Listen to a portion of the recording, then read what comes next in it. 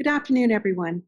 Before we begin, I'd like to acknowledge that we are gathering here today in London, Ontario, on the traditional lands of the Anishinaabe, Haudenosaunee, Lenape, and Attawandaron peoples. Thank you. Welcome to the 2021 James Reaney Memorial Lecture. My name is Carolyn Doyle, and I'm delighted to host this year's program, Tales for a Rainy Day, Two Great Writers, Three Short Stories. I'd like to extend warm wishes this afternoon to you, our audience, joining us from far and wide. This year's James Reaney Memorial Lecture is dedicated to the late Catherine Sheldrick Ross, a former student and colleague of Jamie's at Western University and a dear friend. Catherine met Colleen and Jamie in the 1960s. She studied and later taught with Jamie in Western's English department. Colleen and Jamie followed her career with admiration as she moved to distinguished posts at Western and wrote many highly respected books and articles. Her research focused on the experience of readers, on Reader's Advisory, and on Canadian literature, especially the works of Alice Munro. In addition to other projects, she encouraged Jamie to write his autobiographical entry for the Gage series and was a champion of Colleen's poetry. Catherine's work continues to inspire our lecture series. We remember her today. I'd like to take a minute and throw the conversation open now to the Reaney siblings, to Susan Reaney and to James Stewart Reaney to say a few words. Oh, thank you, Carolyn. It's wonderful to be here for the 12th edition of the James Reaney Memorial Lecture. It's come to really celebrate the legacy of both our parents, the late Jamie Reaney and the late Colleen Thibaudeau, and we're honored to do that. We started off at the Stratford Public Library. When that ran its course, Carolyn, you were the one to welcome us to London and then guided us into Words Festival, which has been just a perfect home and such a welcoming spot for us since. Thank you. It's great to be here. Susan, I see you're out in, I think, Gabriola Island. Is that right? Yes, I'm here in BC. So thank you, everyone, for coming together to hear these long lost stories. And thank you, Carolyn, for being our wonderful MC. It's a pleasure. Thank you. So, Tales for a Rainy Day, Two Great Writers, those being, of course, James Reaney and Colleen Thibaudeau, and Three Short Stories. The stories will be performed by Kydra Ryan and Adam Corrigan Holowitz of AlvegoRoot Theatre. Adam works as a director, dramaturg, and playwright. The focus of his work is Southwestern Ontario regionalism. Adam is the founding artistic director of AlvegoRoot Theatre Company, which marks its 13th season now in 2021. Kydra is an actor, writer, and director. She's been an ensemble member of AlvegoRoot for 5 years, performing as Annie Pixley, Jane Bigelow, and Elsie Perrin-Williams. She recently wrote and directed Of Gods and Machines. The short stories of Jamie's and Colleen's that we're sharing with you today, The Social and the Bully, The Box Social and the Bully by Jamie, and Wild Turkeys by Colleen. Just to give you a little bit of context, all three stories were written while Jamie and Colleen were in their early 20s and students at the University of Toronto, where they met in 1945. They both had poems and short stories published in the Undergrad, the University College magazine, and both had common backgrounds in coming from outside of Toronto to attend university, having grown up in smaller communities. James Reaney grew up on a farm near Stratford, Ontario, and Colleen Thibaudeau grew up in St. Thomas, Ontario, and also Markdale, Ontario, where her father's family had a farm. These stories were written at a time when Jamie and Colleen observed and adjusted to big city life. Without further delay, AlvegoRoot Theatre now presents The Box Social, followed by The Bully.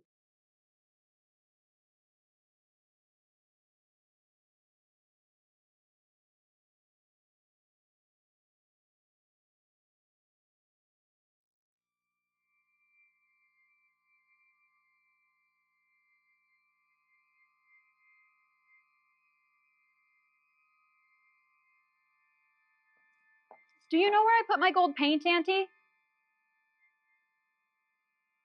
She painted some. Swans under bridges with water lilies.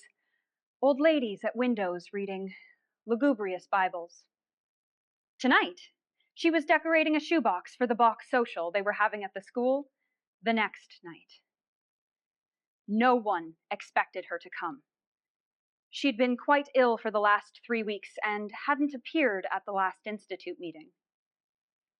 Now, however, she felt well enough.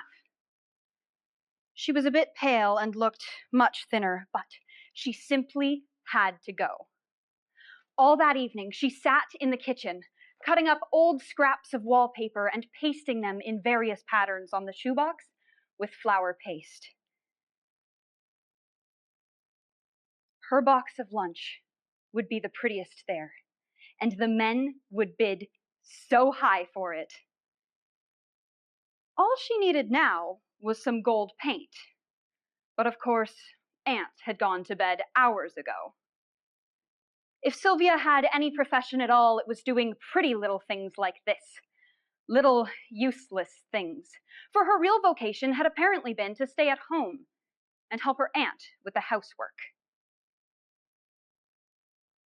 What she needed now was something to line the box with. It would look so much more beautiful with the sandwiches and little bottle of olives set against some deep, rich color. Shoeboxes were so wonderfully white. The rain was falling in soft applause outside. Her fingers were white from the paste she'd been using. The candle in her hand sprouted a yellow willow leaf. She was in the outhouse, searching the tiny attic for a roll of gorgeous wallpaper she remembered her aunt having left there. Her father always forgot to put down the lids. The two holes stared at her like a man with a large eye and a small one. Finding what she'd wanted, she stepped out and stood still for a moment. The rain slopped the candle out.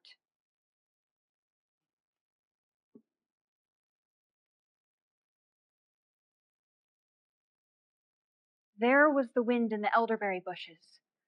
The little things were breathing as heavy as if they were swimming across the North Sea. And another sound, that of St. James's bells all the way from town. Some of the notes were glossed, but she gathered it must be 12. No clock should have any less to say than 12, unless it were 1. At such an hour, so silent and so black. 12 black strokes. 12 black hair ribbons. She walked along the fence, beneath the fir trees a bit. The nightshade berries grew here with their wicked fruit. And the very next field was lined with furrows, as if it had been a large frown or a copybook. This was not her father's field. Someone else had plowed it. Furrow after furrow after furrow, his house lay away where he now lay sleeping. And she hated him. Then, her own house. A faint pale light from the 2 kitchen windows. There the decorated shoebox lay, almost ready for the box social. Every room of the house, both in its ancient and modern styles, met in Parliament on its flat, thin sides. Already, the event, the box social, gleamed in the distance like a lantern at the end of a dark stable.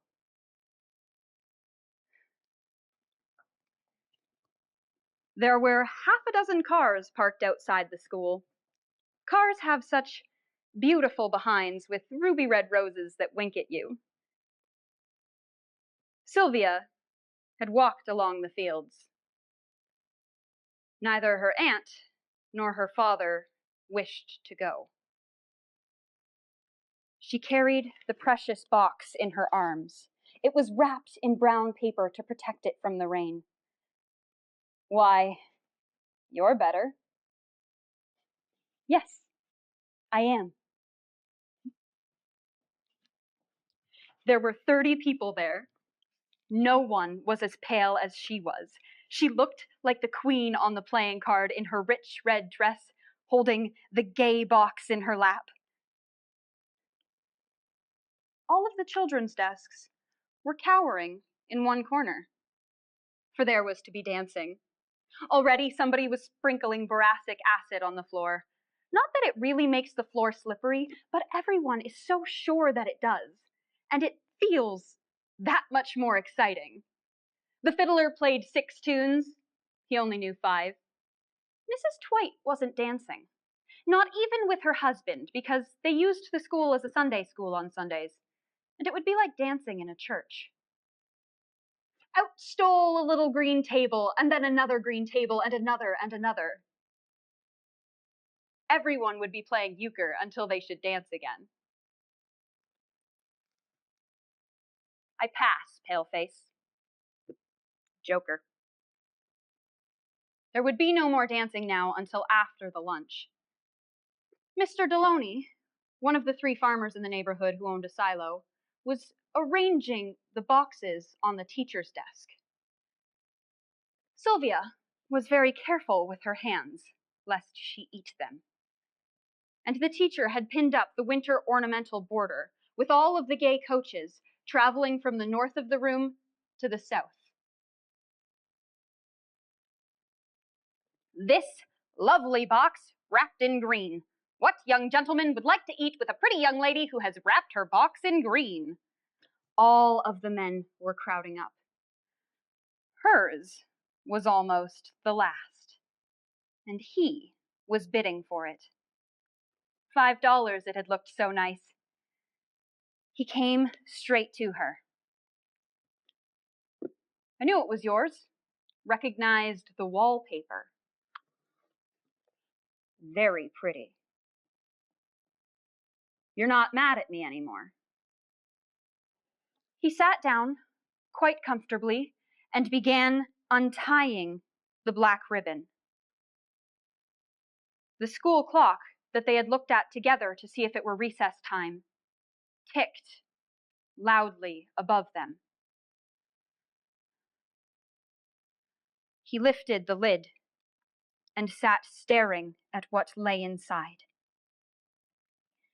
His great hands unusually white on the top of the green baize card table.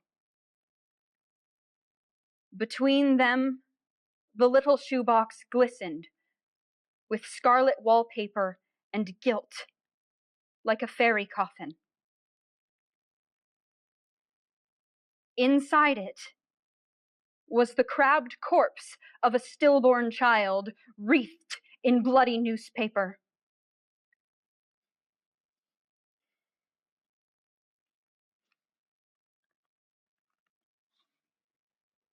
I hated you so much, she said softly.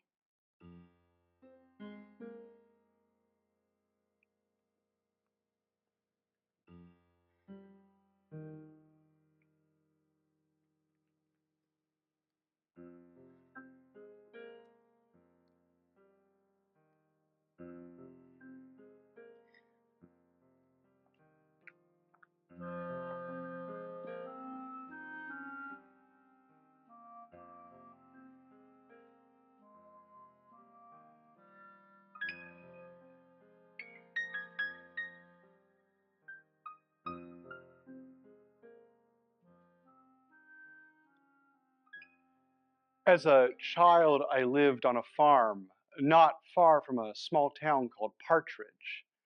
In the countryside about Partridge, thin roads of gravel and dust slide in and out among the hollows and hills.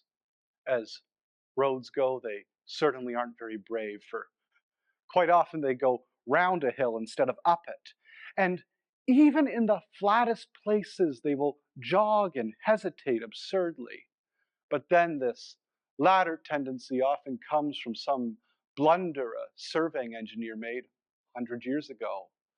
And although his mind has long ago dissolved, its forgetfulness still pushes the country people crooked where they might have gone straight.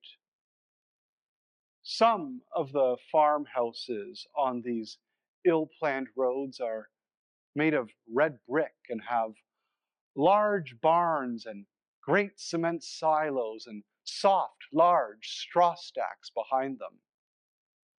And other farmhouses are not made of brick, but of frame and clapboard that gleam with the silver film unpainted wood attains after years of wild rain and shrill wind beating upon it. The house where I was born was such a place.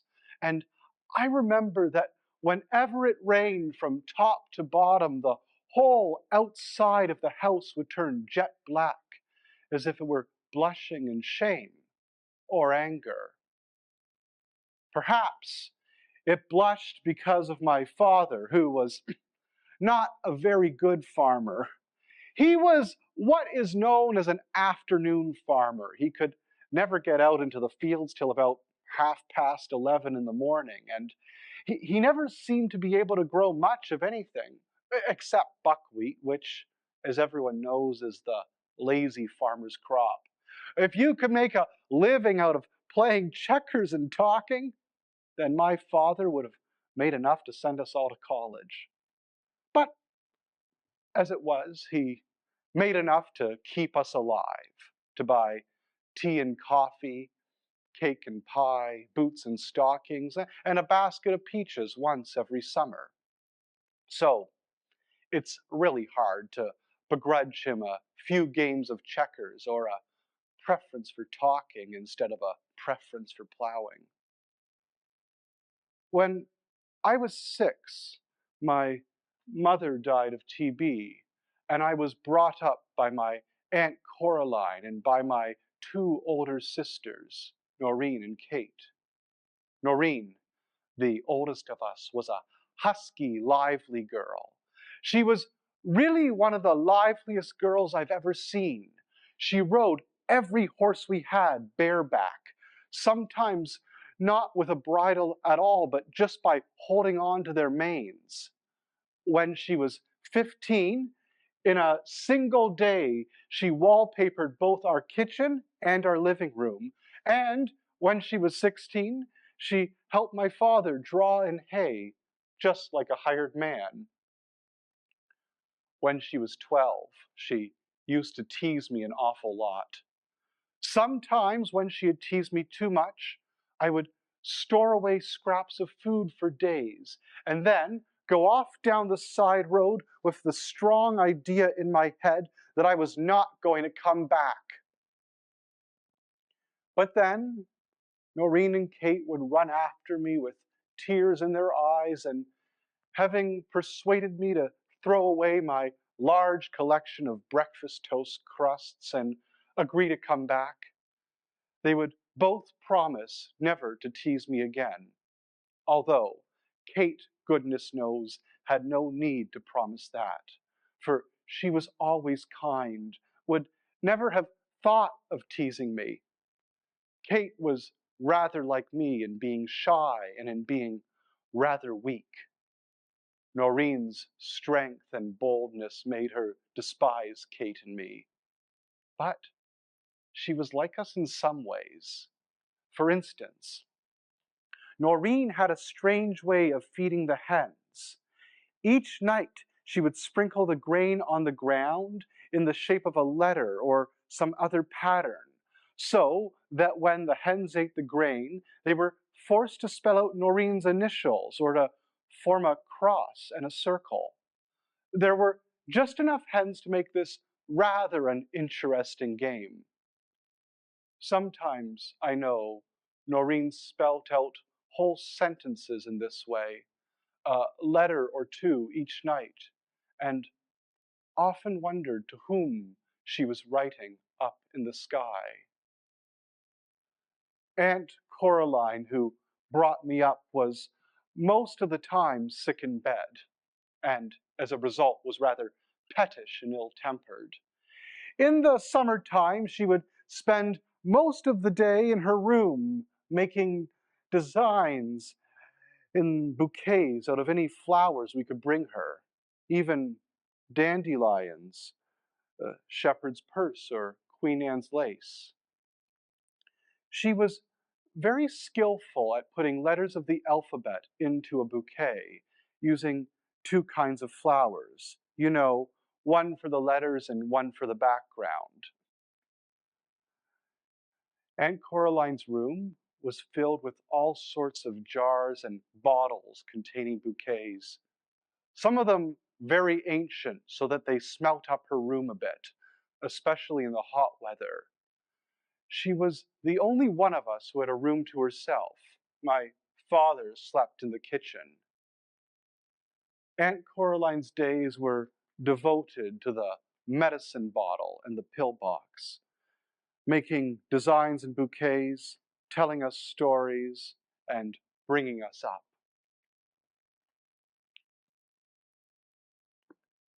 Her nights were spent trying to get to sleep and crying softly to herself. When we were children, we were never worked to death.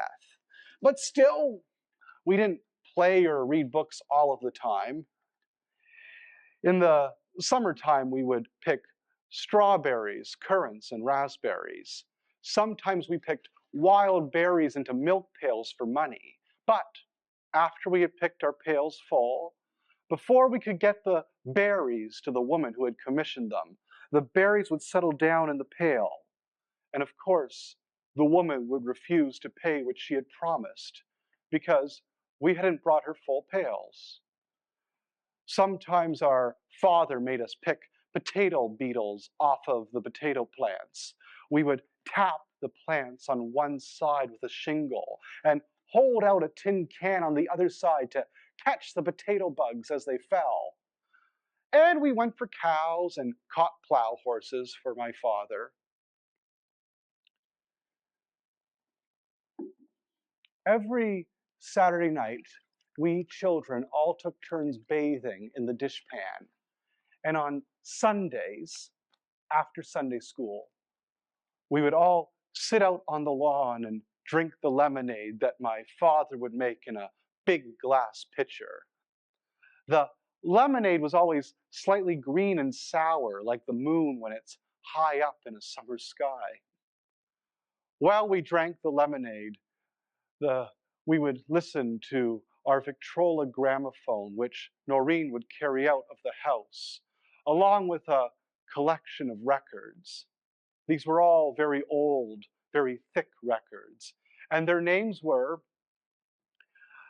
I Know Where the Flies Go, The Big Rock Candy Mountain, Hand Me Down My Walking Cane, and a dialogue about some people in a boarding house that went like this.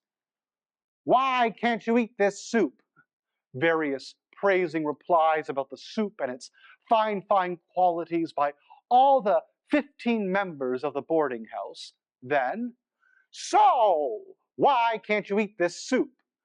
And the non-appreciative boarder replies, because I ain't got a spoon.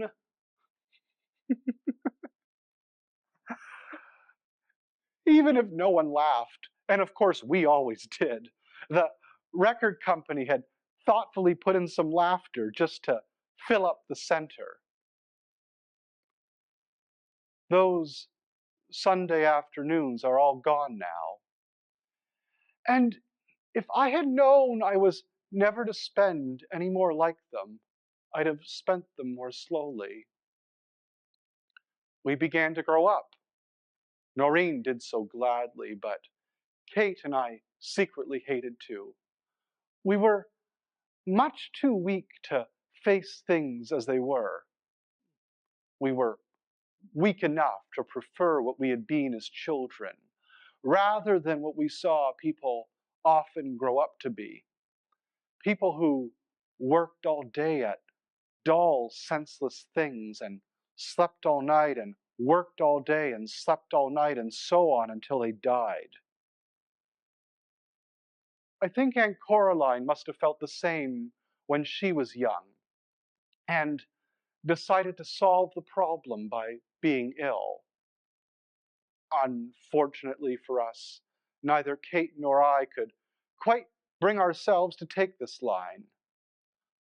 I don't know what Kate decided, but at the age of 11, I decided that school teaching looked neither too boring nor too hard, so a school teacher I would be. It was my one chance to escape what my father had fallen into. To become a teacher, one had to go to high school for 5 years and go 1 year to normal school.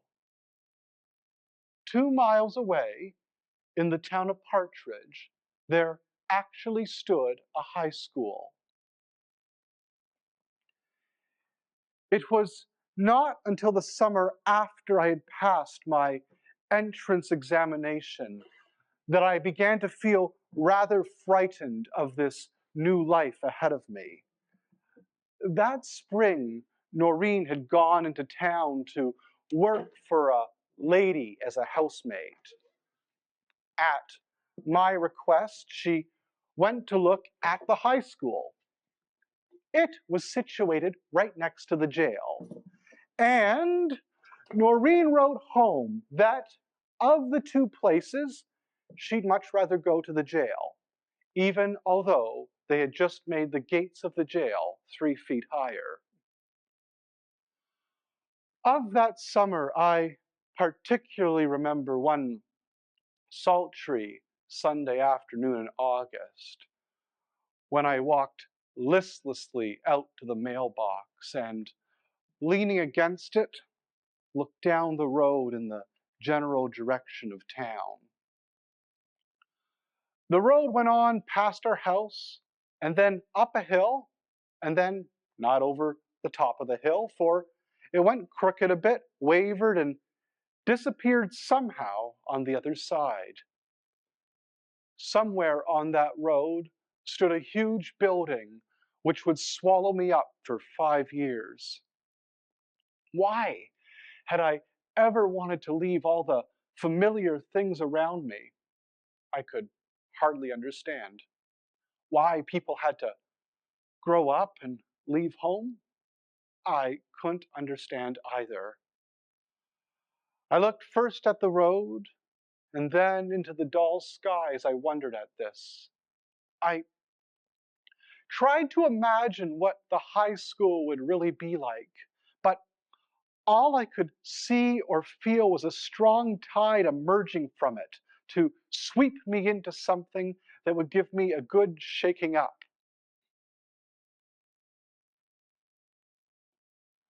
Early each morning, I walked into the high school with my lunchbox and my school books under my arm, and I walked home again at night. I have none of the textbooks now that were used at that school, for I sold them when I left.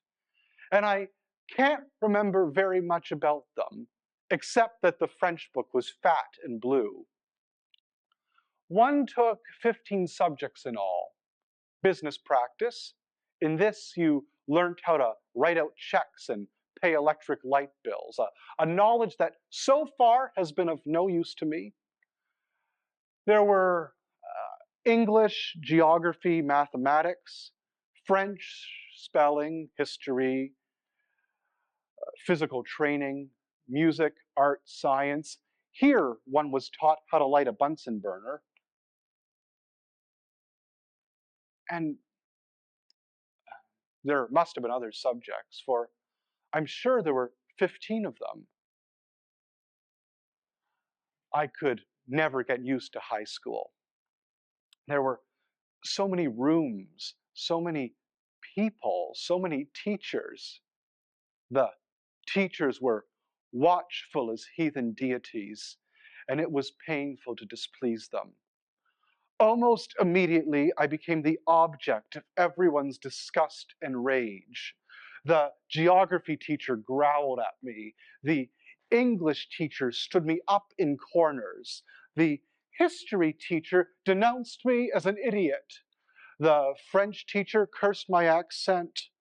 In physical training, I fell off innumerable parallel bars, showing, as the instructor remarked, that I could not and never would coordinate my mind with my body. My platoon of the Cadet Corps soon discovered the only way to make progress in drill was to place me deep in the center of the ranks, away from all key positions. In manual training, I broke all sorts of precious saws and was soundly strapped for something I did to the iron lathe. For no reason that I could see, the art teacher got all purple in the face at me, took me out into the hall, and struck my defenseless hands with a leather thong. The French teacher once put me out into the hall. A far worse fate than that of being put in a corner, for the halls were hourly stalked by the principal in search of game. Anyone found in the halls he took off with him to his office, where he administered a little something calculated to keep the receiver out of the halls thereafter. Frankly, I must have been, and I was, a simpleton. But I did the silly things I did mainly because everyone expected me to do them. Very slowly, I began to be able to control myself and give at least some sort of right answer when questioned. Each night when I came home at first, Kate would ask me how I liked high school. I would reply as stoutly as I could that I was getting on all right. But gradually, I did begin to get along not too badly, and might have been a little happy if something not connected with my studies had not thrown me back into a deeper misery. This new unhappiness had something to do with the place where those students who came from the country ate their lunch. This place was called a cafeteria, and was divided into a girls' cafeteria and a boys' one. After about a month of coming to the boys' cafeteria to eat my lunch, I noticed a certain young man, he couldn't be called a boy, always sat near me with his back to me at the next long table. The cafeteria was a basement room filled with 3 long tables and rows of wire-mended chairs. Now, my lunch always included a small bottle of milk. The bottle had originally been a vinegar bottle and was very difficult to drink from, unless you put your head away back and gulped it fast. One day, after I had finished my sandwiches and was drinking my milk, he turned around and said quietly, "Does baby like his bottle?" I blushed and immediately stopped drinking. Then I waited until he would finish his lunch and go away. While I waited with downcast eyes and a face red with shame, I felt a furious rush of anger against Kate and Aunt Caroline for sending milk for my lunch in a vinegar bottle. Finally, I began to see that he had finished his lunch and was not going to leave until I did.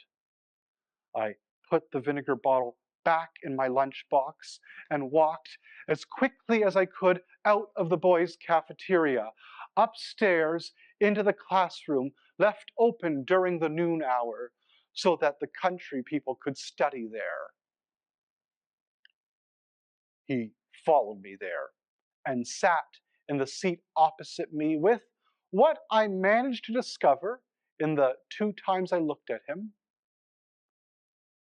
a derisive smile upon his face. With him sitting beside me, I had no chance of ever getting the products of New Zealand and Australia off by heart, and so I failed the geography test we had that afternoon. Day after day, he tormented me. He never hit me.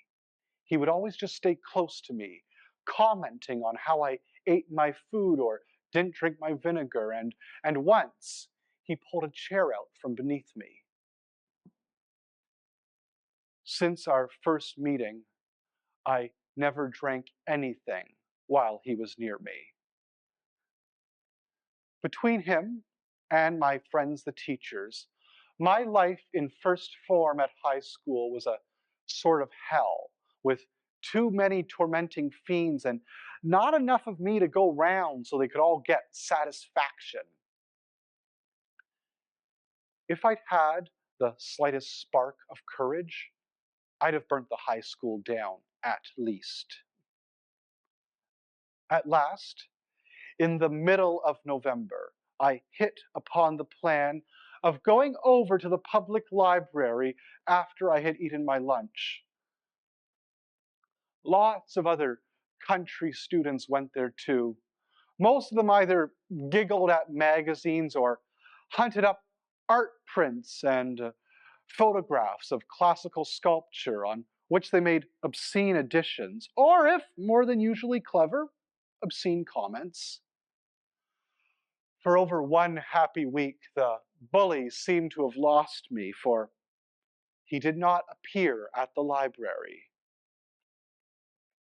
Then I looked up from a dull book I was reading, and there he was. He had my cap in his hand and wouldn't give it back to me. How he got hold of it, I couldn't imagine. How I was to get it back from him, I couldn't imagine either. He must have given it back to me. I can't remember just how. Of course, it wasn't the sort of hat anyone else wore. It was a toque, a red and white woolen one Noreen used to wear. Every other boy at school wore a fedora, or at least a helmet. During the library period of my bullying, he sat as close up against me as he could and whispered obscenities in my ear.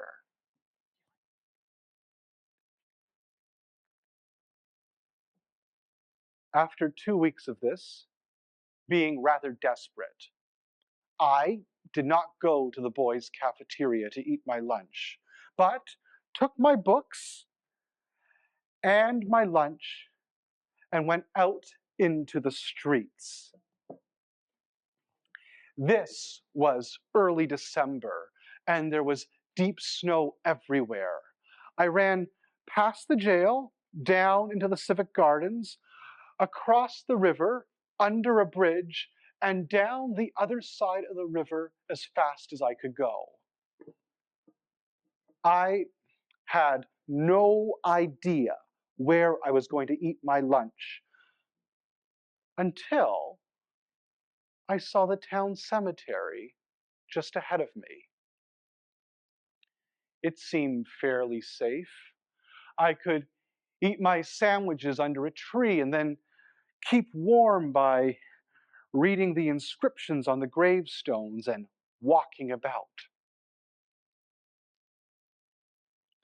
The second day, or the third, I discovered the doors of the cemetery's mausoleum were open, and that there were 2 benches inside where you can be buried in a marble pigeonhole instead of the cold ground. To this place I came day after day, and I reveled in the morbid quiet of the place. I sat on one of the walnut benches and whispered irregular French verbs to myself, or memorized the mineral resources of Turkey, or the history of the Upper Canada Rebellion. All around and all above me, dead citizens lay in their coffins, their rings flashing in the darkness, their fingernails grown long like white, thin carrots, and the hair of the dead men grown out long and wild to their shoulders. No one ever disturbed me. People's fingernails and hair do keep on growing after they're dead, you know. Aunt Caroline read it in a book. No one ever disturbed me at the mausoleum. The wind howled about that dismal place, but no other voice howled. Only once I had some trouble in getting the heavy doors open when the factory whistles blew and it was time to start walking back to school. I usually got back to school at 20 minutes after 1, but one day the wind weakened the sound of the whistle, and I arrived at school just at 1:30. If it had been allowed, I might have run in the girls' door and not been late, but it was not allowed. And since the boys' door was at the other end of the building, by the time I had run to it, it was quite late, and I had to stay after 4. Just before Christmas, they had an at-home at the school. When pronouncing at home, the emphasis is usually on the at. Everyone goes to the at home. The tickets are usually old tickets that weren't sold for last year's operetta, cut in half. Noreen forced me to take her because she wanted to see what an at home was like. She did not mind that I could not dance. She only wanted to sip at secondhand what she supposed to be the delightful joys of higher education. First, we went into the rooms where schoolwork was exhibited. Noreen kept expecting some of my work to be up and kept being disappointed. I was very nervous with a paintbrush, so none of my drawings were up in the art display. At the writing exhibit, none of my writing was up. I had failed to master the freehand stroke, although away from the writing teacher, I could draw beautiful writing that looked as if it had been done by the freest hand imaginable. At the geography exhibit, not one of my charts of national resources had been pinned up. Noreen was heartbroken. I had learned not to care. For instance, almost everyone's window stick got into the manual training show.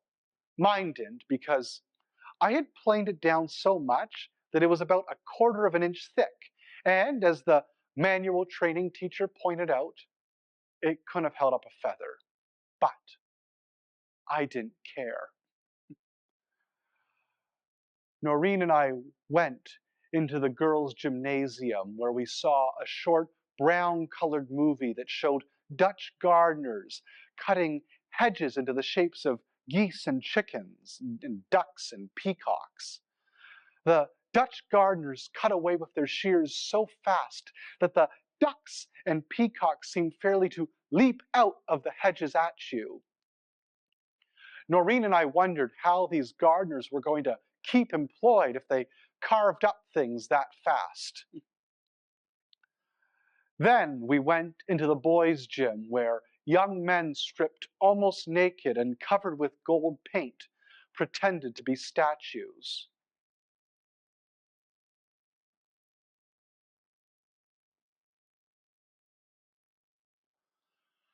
After watching them for a while, Noreen and I went up to the assembly hall where dancing was in progress, and young girls hovered shyly at the edge of the floor.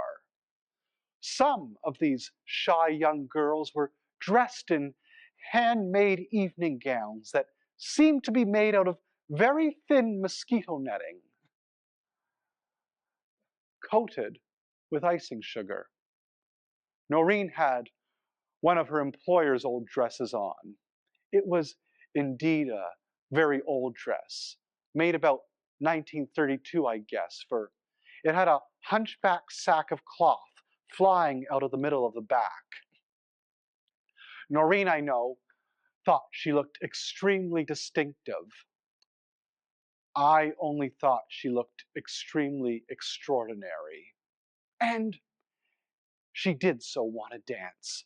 So we went up to the third floor where she tried to teach me how to dance in one lesson. But it was no use. She asked me to introduce her to some of my friends who danced. I had no friends, but there was one boy who borrowed everything I owned almost daily. Here was a chance for him to repay me if he could dance.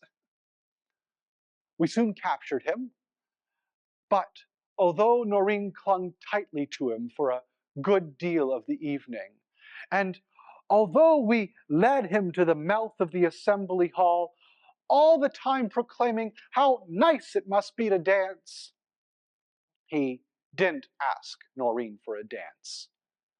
So we went down into the basement to the domestic science room where punch was being served and thin cookies with silver beads in the middle of them. There was a great crowd of people in the domestic science room, and before we knew it, he had given us the slip. Then Noreen said, "Where do you eat lunch? Kate was telling me how she makes it every night for you." I replied that I ate in the boys' cafeteria. "Oh, what's that? Come on, show me." "It's not very interesting," I said, "but show me it." "Show me it," Noreen insisted stubbornly. "It's down here," I said. We went past the furnace room. "That's the furnace room, Noreen. There's the girls' cafeteria. Here's the..." It was dark inside the boys' cafeteria, and I felt along the wall just beside the door for a light button. Someone was climbing in one of the windows. Probably someone who didn't want to buy a ticket, I supposed. Probably someone who came here regularly at noon hour and thought to leave a window open for himself. Before I could tell her not to, Noreen found the light switch ahead of me and turned it on. The person climbing in the window turned out to be my friend, the bully. Like a wild animal, he stared at us for a second, then jumped back through the window. "Well, who on earth was that?" asked Noreen.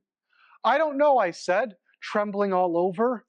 "Don't tremble like a leaf," Noreen said scornfully. "Why, you look and act exactly like you'd just seen a ghost. What was so frightening about him?"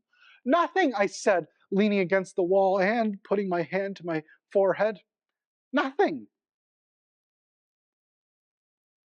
The Christmas holidays were haunted for me by my fear of what would happen at school when I went back there after New Year's. But I never complained to my father or Aunt Caroline. They would have only been too glad to hear me say I didn't want to go back. I must somehow stick it until the spring and the end of the first form at least. But I knew that before the spring came, the bully would track me down, and if I met him once again, I knew that it would be the end of me. I remember in those Christmas holidays that I went walking a lot with Kate over the fields that were dead white with snow. I wished then that we might always do that. I told Kate about my unhappiness at high school, and it drew us closer together. If I had told Noreen, she would have only called me a silly fool and made me hate her. But Kate was always more sympathetic towards me. The first morning when I was back at school, I found a note in my desk. All it said was this: "I want to see you eating where you should eat today, baby."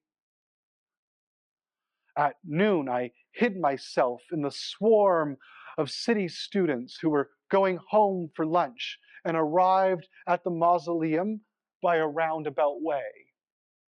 I couldn't get over the notion that someone was following me or watching me, which could easily have been true since he had many friends.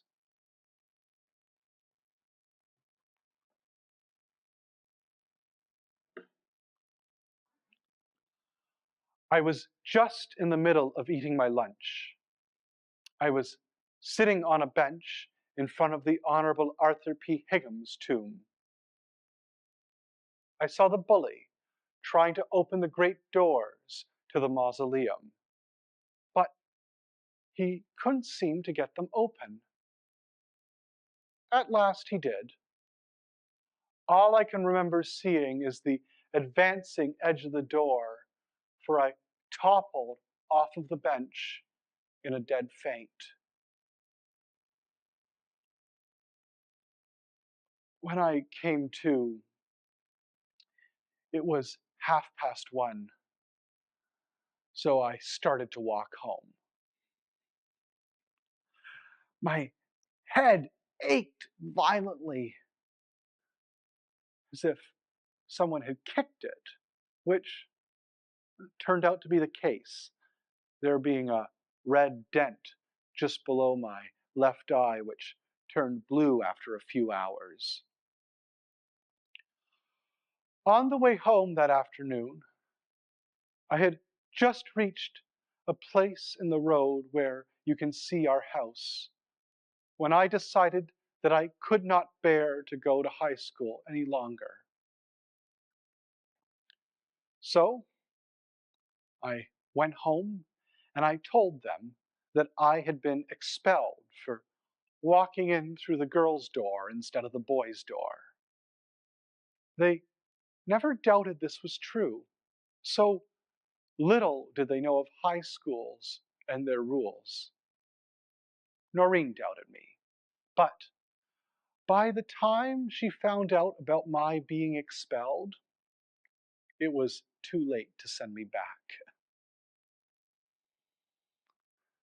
Aunt Caroline cried a bit over it all. My father said the whole thing showed that I really belonged on the farm. Only Kate realized how much school had meant to me and how desperately I had tried to adapt myself to it. That night, as I lay in bed, while outside a cold, strong river of wind roared about the house, shaking everything and rattling the dishes in the cupboard downstairs, that night I dreamt 3 dreams. I have never been able to discover what they meant.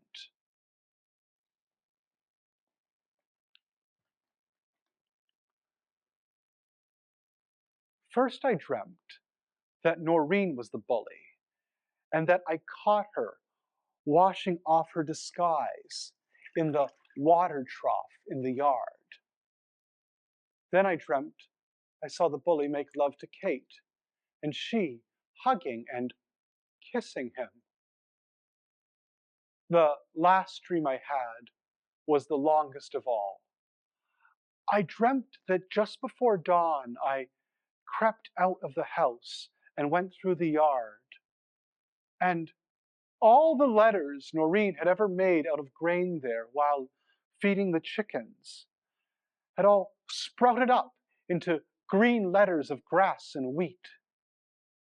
Someone touched me on the shoulder and said sadly, "I haven't got a spoon." But I ran away without answering, across the fields, into the bush. There was a round pond there, surrounded by a grove of young chokecherry trees. I pushed through these and came to the edge of the pond. There lay the bully, looking almost pitiful, his arms and legs bound with green ropes made out of nettles. He was drowned dead, half in the water and half out of it, but face up. And in the dim light of the dawn, I knelt down and kissed him gently on the forehead.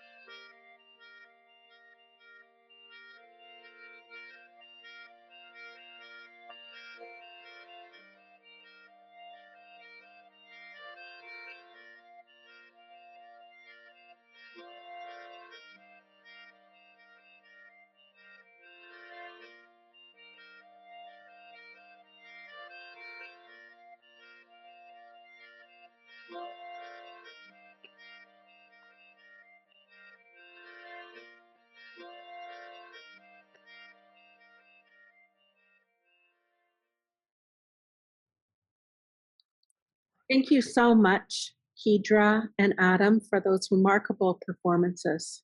We're both extremely moving. So how did you come to choose those two particular stories of Jamie's from such a rich body of his work? Well, I think the first thing that drew me to these two pieces is that even though these are short stories, and they weren't necessarily intended to be performed as dramatic works, they're very playable.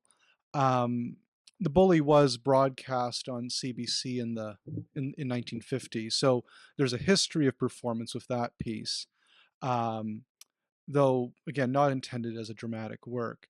And by playable or performable, there's a logic to the language that, as an actor, becomes very it's graceful to be able to embody that language and find sense of it. So that, I mean, even down to something as simple as memorizing. When you're memorizing and learning the meaning of the words you're saying, the meaning from a psychological or an actor's brain sort of way works really clearly.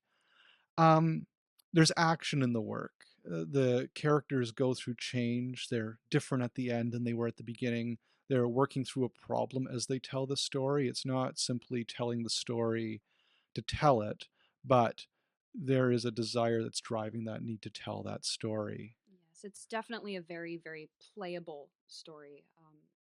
The rhythm of the language moves very quickly, and there's very easily graspable, strong character voices in both of the stories, which really made for strong characterization in the piece. And in theater, I think it's really interesting to think about how a text was originally chosen, or originally intended to be experienced. When I'm selecting a text, because I've been interested in working with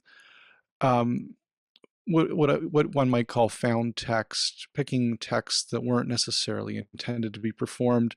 And I always think it's a really interesting question to ask of any text, even sometimes plays, because some plays, that we perform now weren't historically and, originally intended as to be performed in possibly. To ask, was it intended to be heard, read aloud? Was it intended to be memorized? Or or recited, or was it intended to be, read from a book, read from a paper? And, we switch the intended mode of how we experience text and written work all the time when we're encountering literature. When we read a play text in the form of a script, that's not the intended mode most of the time for consuming that work. So, but you can still experience it, but you're experiencing it in a different way. And so the same goes for text that, wasn't intended to be performed. It's still performable. For me, all language is performable because all language is an expression of hope. It's an expression of hope to communicate a message. And so in every word I think ever spoken, there's a desire, there's a drive and a desire to be heard. And so really any text is performable, but there's definitely, when you're working with a play, something that was written as a play originally, there's considerations the playwright has made in terms of technique and how they're using tense and punctuation and a sense of action that makes the performance in a way more easy to get into as an actor. But you can still approach any text with those considerations as the actor instead of as the playwright a writer who wrote it. But it's it can be more of a challenge, or it involves a bit more, but I think, heavier lifting if you're using a non-performed text. And that said, Reaney, was a playwright, and I've adapted.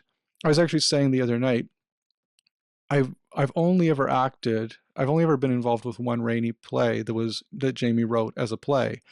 I've adapted Reaney. I've worked with found text, with art song, but I find with every work I've worked with by Reaney, there's an innate playwright sensibility to it. So in the stories, there's an innate playwright sense about them.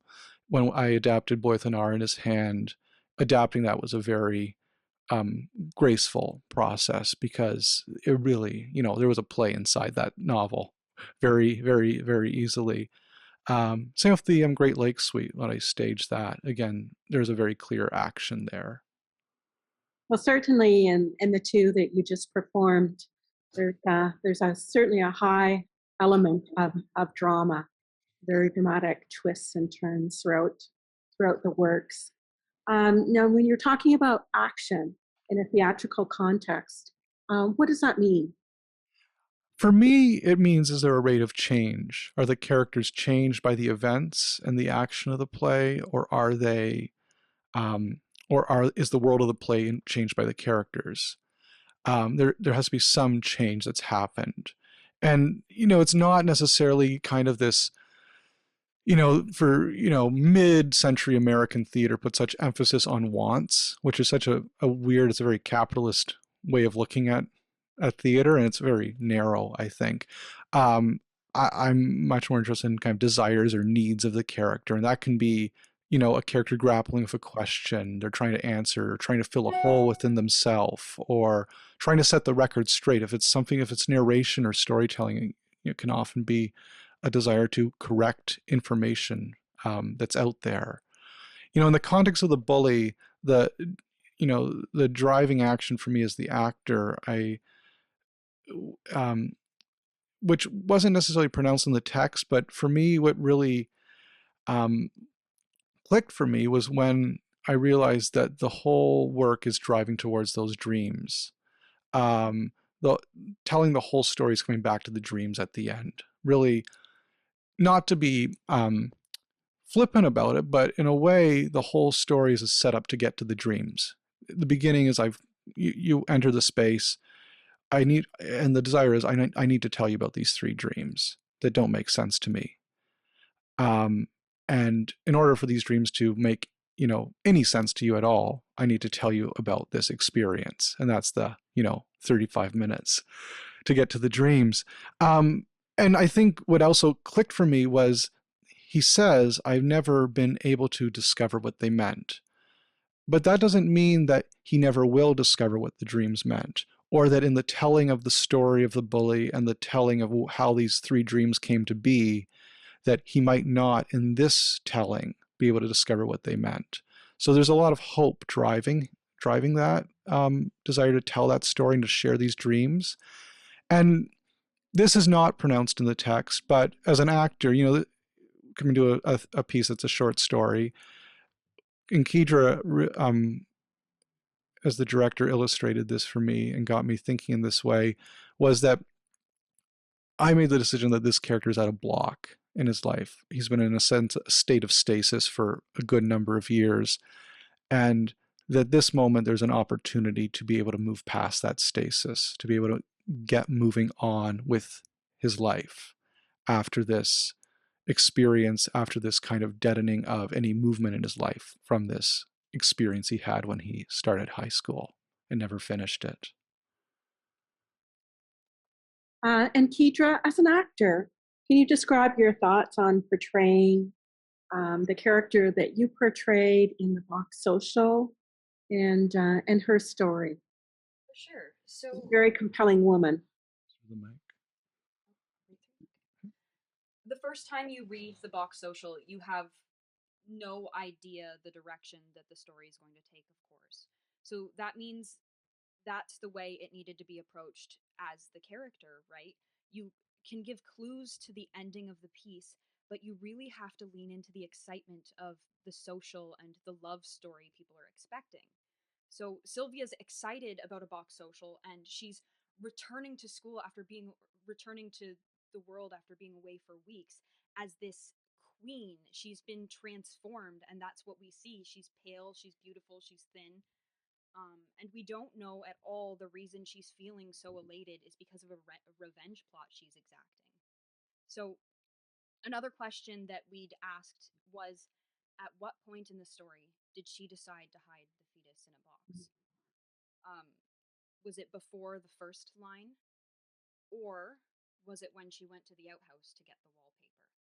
Those were the two places where we were really looking at it, and we couldn't decide if she'd had this ready right from the beginning or if it was a choice midway through. Was the wallpaper the only thing that was left out in that outhouse? Which is kind of a grotesque way to think about it, but we imagine there's a good chance she wasn't going to leave the fetus in the house. And we had to make choices that were intentionally left unanswered by Reaney, right? Yeah, that's such an interesting question. The Bully and the Box Social have been called the first examples of a modern tradition called Southern Ontario Gothic because of their use of Gothic elements of the macabre. Can you talk a little bit about this? Absolutely, yeah. And I've been thinking a bit about, what is Gothic, and it's a wide, it's an expansive style or form or genre. And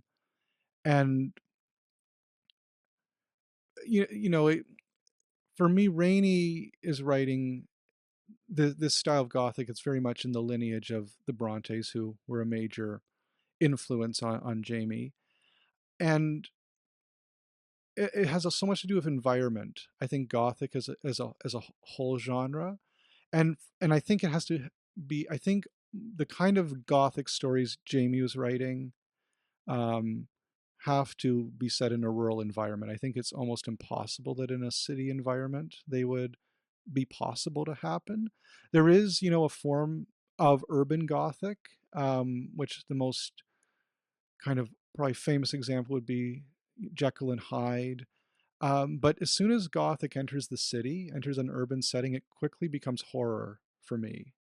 Much more like pure horror. And there is, horror Gothic, but Rainey's not writing horror Gothic, though there are a few touches of horror, which I think almost more filmic horror in the Bully, because the Bully rarely, if ever, walks up anywhere. He says, then I looked up from a dull book I was reading, and there he was. The Bully just appears, and he's there, very, and also when he says this place was called a cafeteria, you can hear the, dun dun da.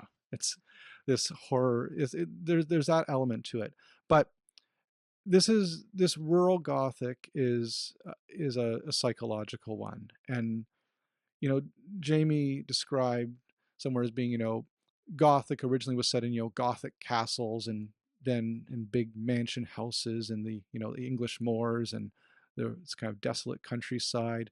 And then, you know, Southern Gothic was set in, you know, plantation houses like Faulkner.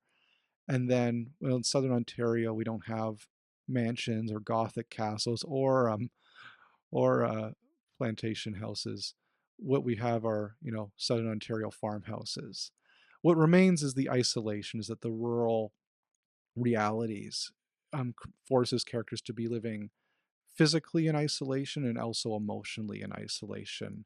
So, you know, they're characters who are in close, you know, the few characters who are in close proximity to one another are not communicating. In the bully, for example, I think it's quite telling that in the bully, he comes home from school, says he was expelled, and that he has a big red dent that's turning blue under his eye. But no, there's no, now maybe the family asked what happened to your eye, but there doesn't seem to be any mention. There's no mention of, oh, what happened? You have this big bruise under your eye now. Just, you know, they just let it go. You know, he has no support. The family is passive in letting him go to school. He's not discouraged. He's, you know, encouraged to a point, but there's no real help. You know, there's no real support system that would make it a success for him. And then there's also this needing to go into, I guess, a fantasy world or a sense of dream world. You know, again, the bully pushes into a dream world. You know, I'm thinking back to the you know, the Bronte sisters. You know, they're writing in such an isolated environment that the actual writing of those stories is partly that I would almost call that the original escape in Gothic, the original dreamscape, this desire to go to somewhere more interesting than where you are. But the character is, you know, the characters in Gothic and Southern Ontario Gothic are inevitably forced to move into some sort a dreamscape, a fantasy scape, just so that their brain has some stimulus from their isolated surroundings. Interesting. Kydra, did you want to touch on that for the box social? Sure. So in the box social, a line that really sticks out to me comes right after she's talked about the cars outside of the school. So the line is, Sylvia walked along the fields. Neither her aunt nor her father wished to go. And this line implies a lot towards the isolation she's feeling. The reason she walked in the rain, no less, is because her aunt and her father didn't want to attend the event and didn't want to drive there. So it made me question what everyone knows surrounding her pregnancy. There are early clues that the aunt knows, but not really many clues that the father really knows. So these are two people, two options of people who are close to her who could have potentially stopped her from spiraling, but instead chose to isolate her. And my assumption is they chose to isolate her out of shame, which results in the reveal at the box social. So there's no doubt that this piece lives in the world of Southwestern Gothic, and we come into the story just after the transformation in Sylvia. We never outright see her pain. It's never really shown on her face. We live in the aftermath of her decision to reveal the fetus. If you, depending on which you choose to believe, is when she's decided to put the fetus in the box. But this comes from a place of disillusion that scarring or hurting or traumatizing the man that hurt her will bring her peace. And in the script, she's at peace. The script in the work, she's at peace with the situation. She doesn't say she hates him. She says she hated him. So realistically, one can only question how long she feels this way. It's basically just a fantasy that you can leave your pain behind you once you exact your revenge, right? But I think the way she treated him will only add to her struggle down the line. That the fantasy is she can walk away, not unscathed, but healed from the experience. Yeah. That's terrific. So next up, we're going to switch over to a piece of Colleen's, And I'm wondering if, while we're switching up, if we can ask Kydra to use Adam's mic for this. Sure. It just seems to be coming through a little bit louder, and we don't want to do anything that takes away from this interesting and beautiful story. So I'm going to turn it over to Kydra with turkeys.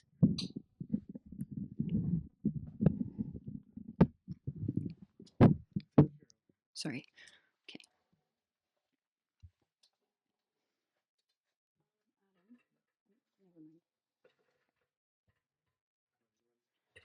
Please.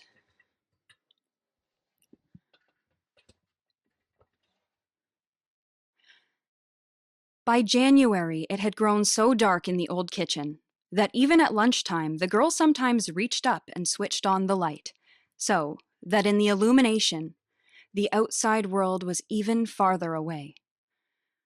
Her great-aunt's voice, dim and diffuse as the gas flame, brooded over the scene. I don't care about seeing what I eat after so long on the diet. All those vegetables, and all weighing as light as hay. The girl wasn't listening, however. Slowly, she sucked the noodles out of her soup and gazed over the top of the diet scales that always seemed to dominate the table, past her relative's wispy gray head. Out through the kitchen window to the backyard where snow was falling in a pale Sunday afternoon way. She had a curious sense of floating in space. Time, a puppet dangling by thin ivory strings like noodles. Floating, swimming in the warmth of snow. Through the dusty curtains and over the wizened leaves of the youth and old age plant on the windowsill, she saw the detached boughs of the lilac tree by the shed move and beckon. Just a little longer, or maybe farther, they seemed to say. But even at that moment, the window was steaming over, the will-o'-the-wisp growing dim and indistinct. And then, the old woman was saying, she would run and I would run, mostly down the line fence towards the marshes and sometimes right under the fence into Jake Hawley's place. You never saw a turkey hen could run like that. What was she running from? The girl asked dreamily as she poured their tea. From you, I know, but then, why? You mean to say you don't know? I would think you'd know everything by now from reading all those books. Well, turkey hens like to raise their brood wild, so they run off into the bush to lay their eggs. Then, if you don't hunt the nests and set the eggs out right away, there'll be wild turkeys, and a fox will get them. They're foolish little birds. Many a time I've come on the little bones strewn around a patch of oak leaves, just as if they had sat out in plain view and waited. That happened to us twice, and the next spring my father said someone must watch the turkey hen. I was the runt of the family, and in the summer I couldn't mow with the others. Every time Father made me go up there, I'd faint. Harriet and Martha used to slide down the hay with me, carry me to the pump. It gave them a chance to rest, too. The doctor was afraid of consumption, especially after Ellen died. I was 16. That was how it all started. The loveliest time of my life. I could run. It was the only thing I could do. She would run, and I would run. Back down the lane, through the lime pit sometimes, past the pond, she just waiting to elude me and head for the brush pile. Often I'd be sobbing. Tired. Afraid I'd lost her when there'd be a sudden motion of a brown head, and I'd wait and then gather up the eggs in my apron. If I found them quickly, I'd go round by the creek before I came home. There was a log bridge that used to sway under the team. I'd leave the eggs wrapped in my apron, sitting on a big stone in the sun. Then I'd swing my legs or trail my feet through the clear spring water and watch the shadows of weeds moving on the sunlit bottom. The orange touch-me-nots clambered down the bank to the edge, and the cardinal flowers grew back in the shape shade of the cedars. Sometimes you saw a deer start and leap away over the damp logs. On the way back over the fields, I remember I often met Mother coming along with Marnie, each of them swinging a big basket of clothes to watch. "Don't help us, Belle," my mother would say. "Run home and get the dinner on. You must be tired." And she would look at me steadily as she passed, her eyes black and heavy. One time after that, when the turkey hen was getting very cunning and I had a particularly hard time finding her in the brush piles, I got the idea of a bell. There was a little one in the tool shed, and I tied it on with binder twine.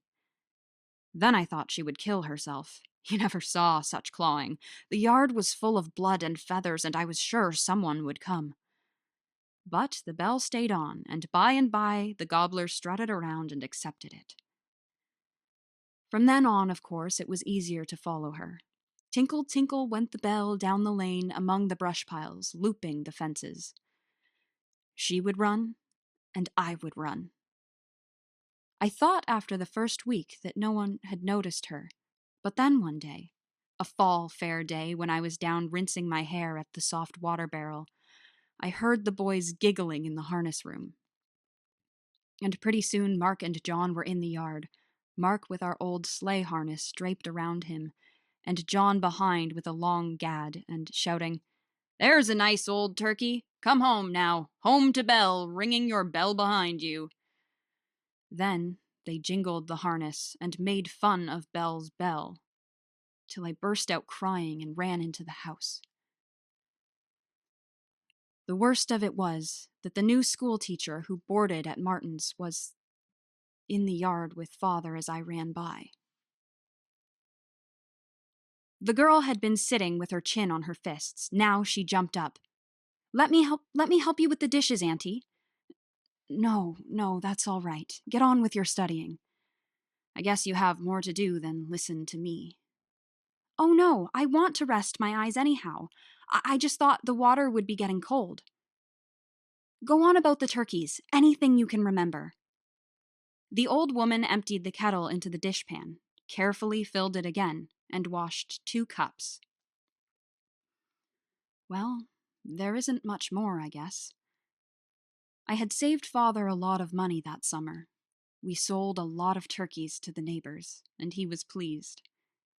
He said that if I would stay home the next summer and help out, he'd let me board with the milliner in the village after that and learn the trade. The next spring I was 17, and I could hardly wait for the quilting frames to be put away. I could hardly wait. And then, unbelievably, it was May, and I was running out down the lane in my bare feet following the bell. I couldn't help singing. On the way home, I ran round by the log bridge to see how much it had rotted away during the winter, and there on the edge of the cedar swamp, I met Mr. Taylor, the young teacher. He had been fishing our creek.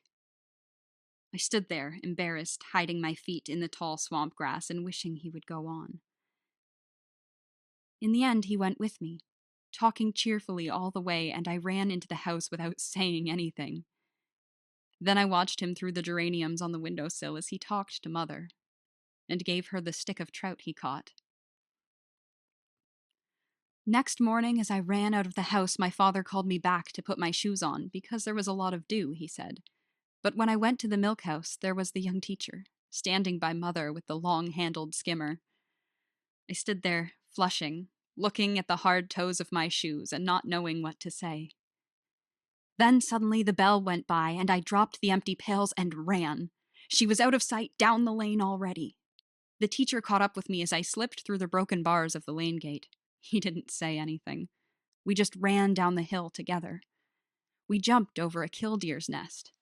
It was mid-May and a morning all clear, green, and moving, with the wind sort of bubbling through the grass and trees. In the old days, it seemed as if all the mornings were like the first morning of the world.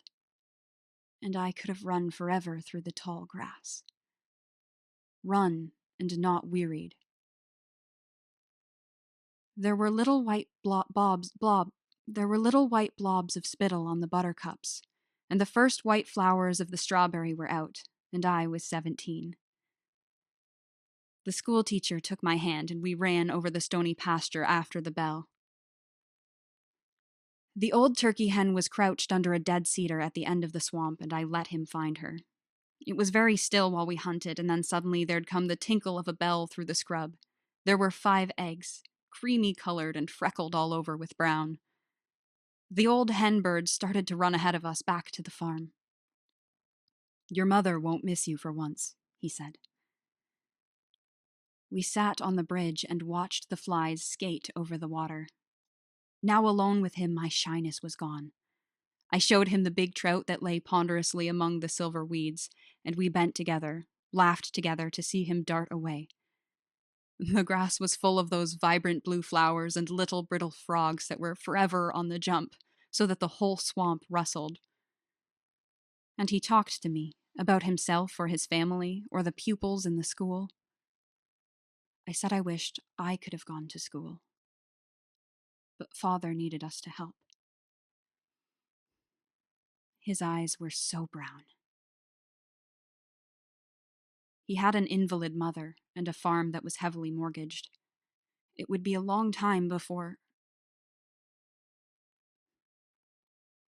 And I remember watching the waterflies, looking at my hands, red and cut with scouring milk pails, and thinking of the winter coming, when I would be free of it all.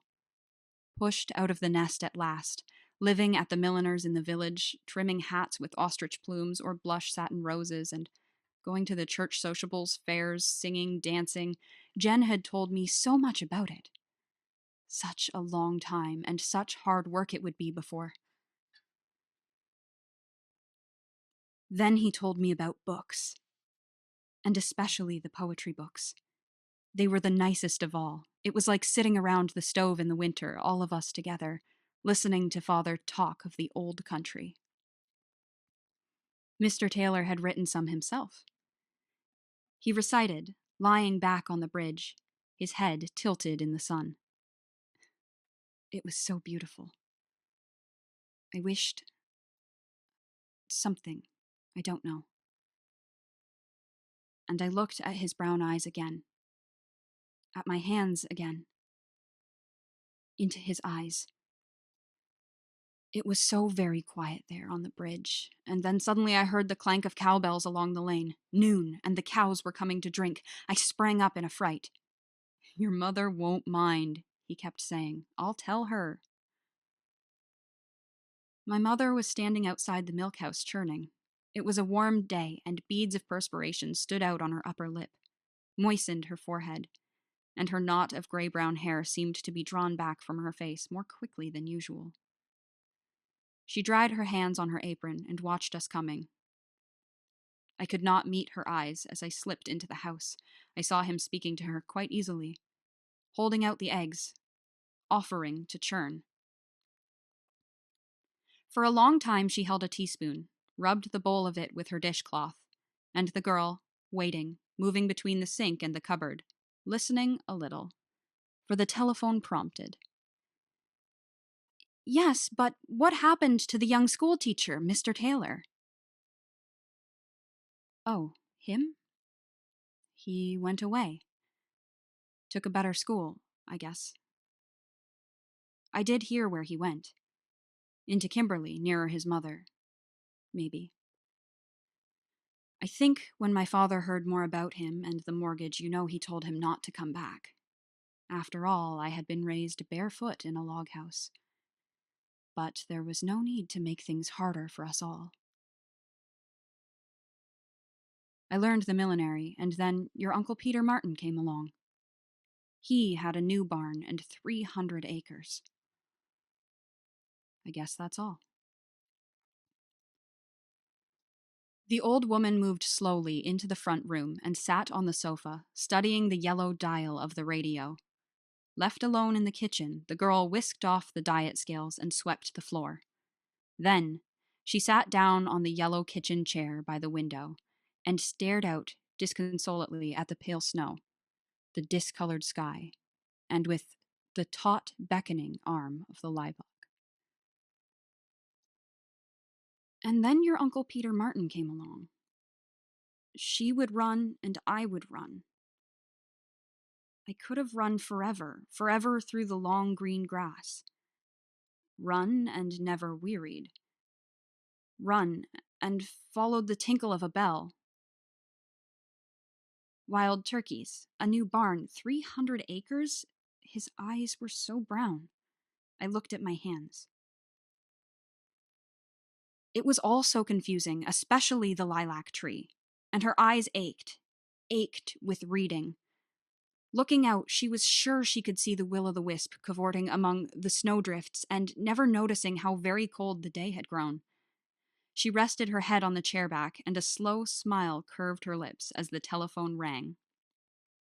"I'll get it, Auntie," she called, but to herself thought she, "No, I'll wait a moment. Let him wait a moment. Why should he be so certain? And why the telephone so insistent? I'll give this plant a drink."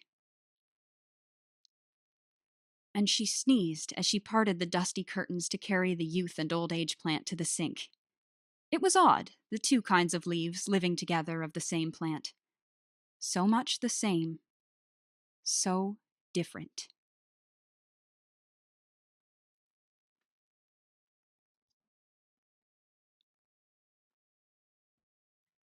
Wild Turkeys by Colleen Thibaudeau. That was lovely, Kydra. So what were your thoughts as an actor bringing this story of Colleen's to life this afternoon for us? The three voices in the piece is really where I began the work. And I say that there's three voices because the narrator requires just a slightly different voice than the other two, the young girl and Belle. So to understand the character voices, we needed to understand the journey of each character, but also the way they're described in the piece or alluded to. The size of Belle is one thing that really stuck out to me. She's weak physically, but she can run, or could run when she was young, which it's a line that continued to be referenced throughout the piece. She would run and I would run. And Belle is also described as wispy a lot, which means free, light, or airy. So she's a free spirit. So I really wanted to bring in that airy gentleness about her. And the wispiness intrigued me. The word wisp, because the etymology of the word, it comes from Middle English for whisk, WHISK, and it can refer to a bundle of straw or hay used to dry horses in a bundle, kind of a precursor to a brush, a horse brush. And in the story, right around where that word appears, there's also the reference that the food is as light as hay, the vegetables on the table are as light as hay with the weigh scale. And then there's also a suggestion of the spirit world, because there's will-o'-the-wisp in folklore, the spirit lights that appear above bogs and ponds, anywhere where kind of gas is being released out of a body of water.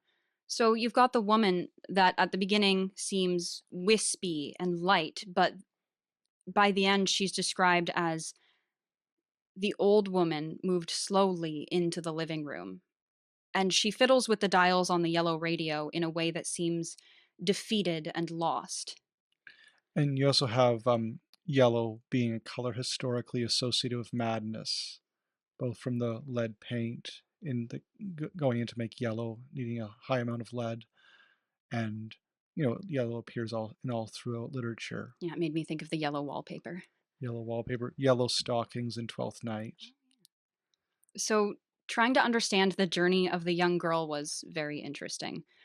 She actually took me several reads to understand what she was like exploring and learning as she listened. One thing that I didn't realize until I was reading it yesterday is that the lines and then your Uncle Peter Martin came along. She would run and I would run. I could have run forever through the long green grass. I thought that it was the great aunt who was saying that, but I realized that it's the girl who's trying to piece all of these things together as she's going. So trying to understand her journey, I found that it came from the aunt not marrying for love but for money. This is what stuck out to the young girl. So what confused me here is the great aunt's father was the one who sent the school teacher away. So I didn't understand how this affected the young girl's decision to keep the boy waiting on the phone right at first. And then we returned to the Southwestern Gothic mentality of isolation and expectation.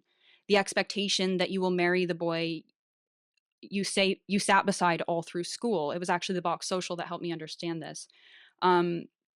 That women will be used to advance the status of the fathers or husbands. The line I learned the millinery, and then your Uncle Peter came along. That line didn't stick out to me the first few times until I really understood that it was one sentence. I learned the millinery, and then your Uncle Peter came along. It was interesting to me that they were one idea. So what that kind of said to me is she learned a job, a skill, a profession that she really wanted to learn. But I think this guy comes in with this barn and all this money, and suddenly she's out of the job that she just learned how to do. So she doesn't have the love of her life, and she doesn't have the job she wants to do. So the young girl's journey is in realizing that her value is as more than just a lover. That's so interesting, isn't it? Yeah. So to bring the three stories now all together, what did you notice about the writing styles, both Colleen and Jamie's, when working with these short stories today? And I think you said it first, was that Colleen's writing is observant. It's asking the reader or the listener to observe the elements in the room. You know, Colleen, being a great poet, is working with image in writing the short story in a way that a poet works with image, in presenting an image or a series of images. Poetry is great for presenting, really dissecting one finite moment, and I feel that's in the story too. The story is Colleen's Wild Turkeys feels like a poem in the form of a story, in the form of prose. It still has a poet's sensibility about it. And I think whereas Jamie, and Kydra's gonna read a quote that I pulled from when we did Colleening, the piece we created at AlvegoRoot using Colleen's letters and poetry that really, I think, illustrates this. But Reaney relies on illusion, or uses illusion in a very different way than Colleen does. Illusion and archetype. For example, in The Bully, there's almost every sentence, every word you can pull an allusion that, goes towards folklore, myth, literature. You can find, there's keys to understanding the text in The Bully and the Box Social in the words through illusion and archetype. One example off by hand is that at the end of The Bully, he finds the bully strung up or bound in ropes made of nettles, and nettles appears in mythology all over the place. But one particularly pertinent connection Nettles has is to the Six Swans, the fairy tale, the Grimm's tale that appears, where you have the six brothers the brothers transformed into swans, and the sister must weave shirts made out of nettles, made out of stinging nettles that are cutting her fingers, and put the shirts on the swans in order for them to be transformed back. So finding the bully in the water, strung up in nettles, immediately lets us know that this is a moment of transformation is taking place. Both the bully now looks pitiful, the speaker, the narrator, now is seeing the bully in a new light, potentially has the opportunity to change how that experience felt. And then also Reaney draws on those swans again in A Suit of Nettles, his long form poem. We have Bramwell wearing a suit of nettles in that of the swans.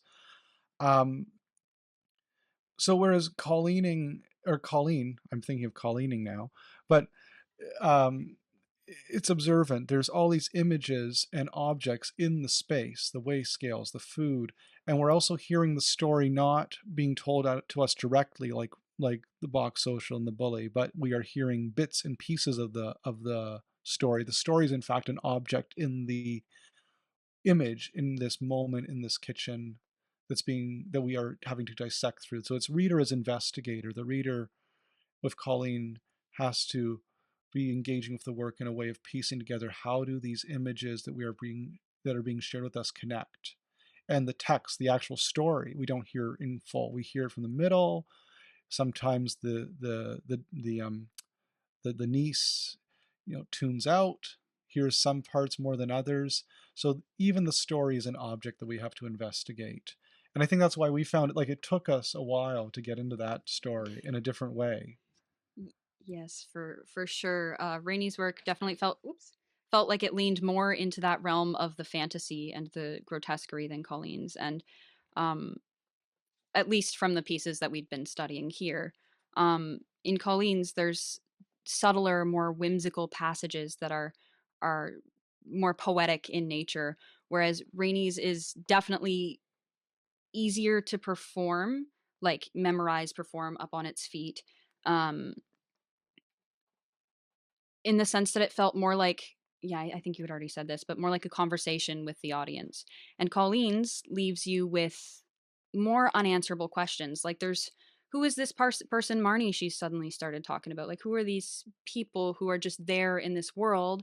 And it's expected that the young girl knows who these people are, but we as the listeners don't necessarily. And I think that that's really interesting and beautiful, that we're not given every piece of the puzzle in her work. Um, so as an actor, you find that you need to have the answers. It's okay for a literary piece to propose questions with no answers, but as an actor, I find I need to have the answers for myself in order to perform them.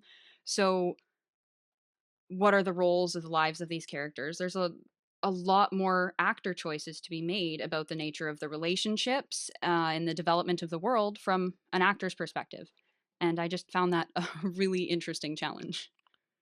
It's it's Colleen's writing this story. It's a very naturalist style. We are the reader or listener is an eavesdropper, not the audience, in the same way that Rainey is telling you a story that there's an awareness that a story is being told. Here a story is not being told to the person reading or listening to it. All right, I'll read. Do you want me to read the quote? Yeah, this was a quote from when we did Colleening, a selection. James and Susan were really generous in sharing with us a lot of letters that Colleen had written. I suppose these would have been the letters that Colleen hadn't sent, so first drafts of letters. But this is a letter, part of a letter that we were talking last night. I remembered this part, and it I think really illustrates Jamie and Colleen's creative relationship, and also where they diverge into being very distinct artists. All right. People were always asking me about the archetypes and things. Well, I never studied the archetypes, and they're a little bit mentally beyond me. I mean, if someone explains it to me, I can remember it for a while, but I can't work that way. Like, Jamie will draw it all out, and he knows from which column he's drawing his images. And I think that's good, to be conscious of what you're doing. But with me, they either seem to come instinctively from the right area, or it certainly expands your world. I just don't seem to have the mentality to understand what that is. I understand the net result of what happens to you when you do it, that it expands, and that it also gives you pegs on which to hang your thought. It makes your mind tidier, and so on. But as far as remembering it all, I don't have that. I think you have to have a place where you can leave stuff out a little bit, and although we have lots of rooms in our house, we just don't seem to have that kind of setup. I usually work on the dining room table. I found out long ago that I could not work while Jamie was, fermenting up an idea. It just created such a whirlwind around the place that I couldn't seem to get out of it.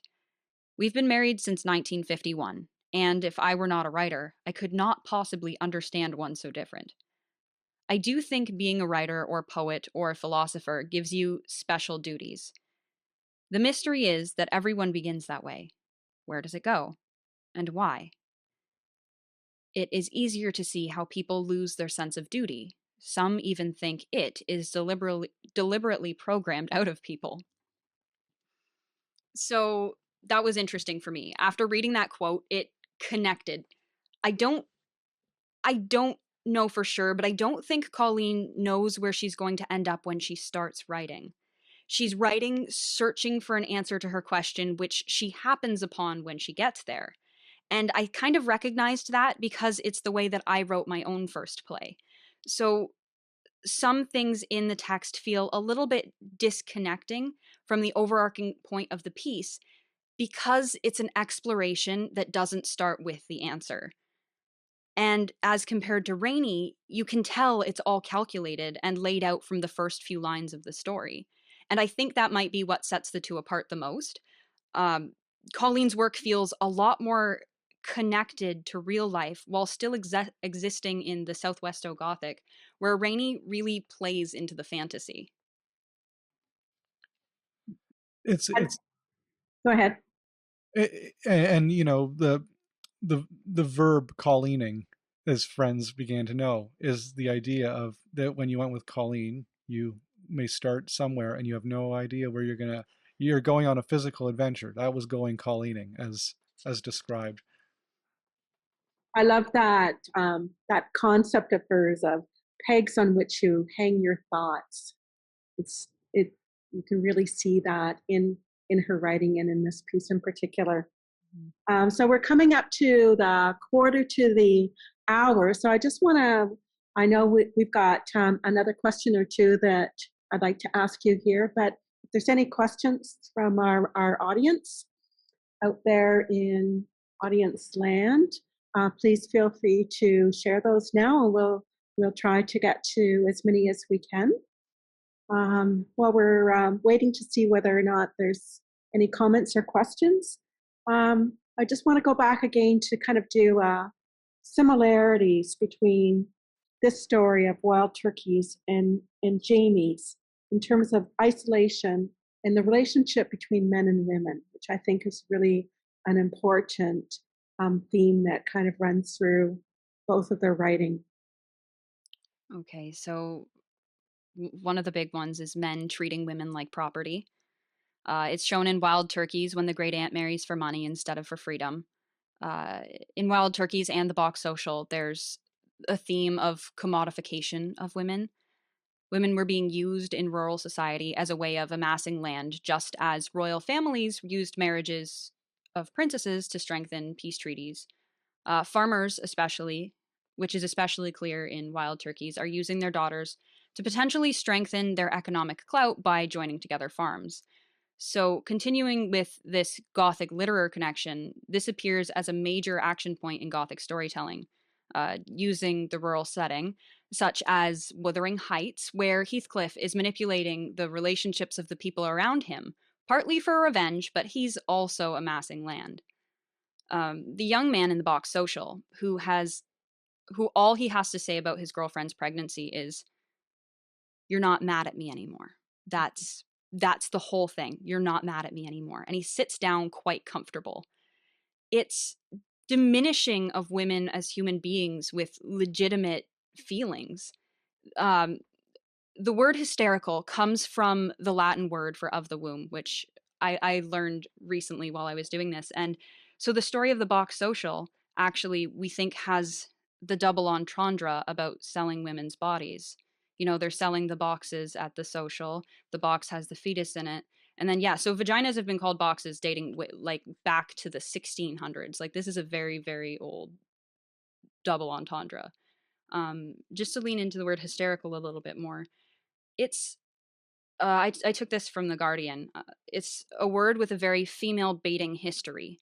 Coming from the Latin hystericus, of the womb, this was a condition thought to be exclusive to women, sending them uncontrollably and neurotically insane, owing to a dysfunction of the uterus, the removal of which is still called a hysterectomy.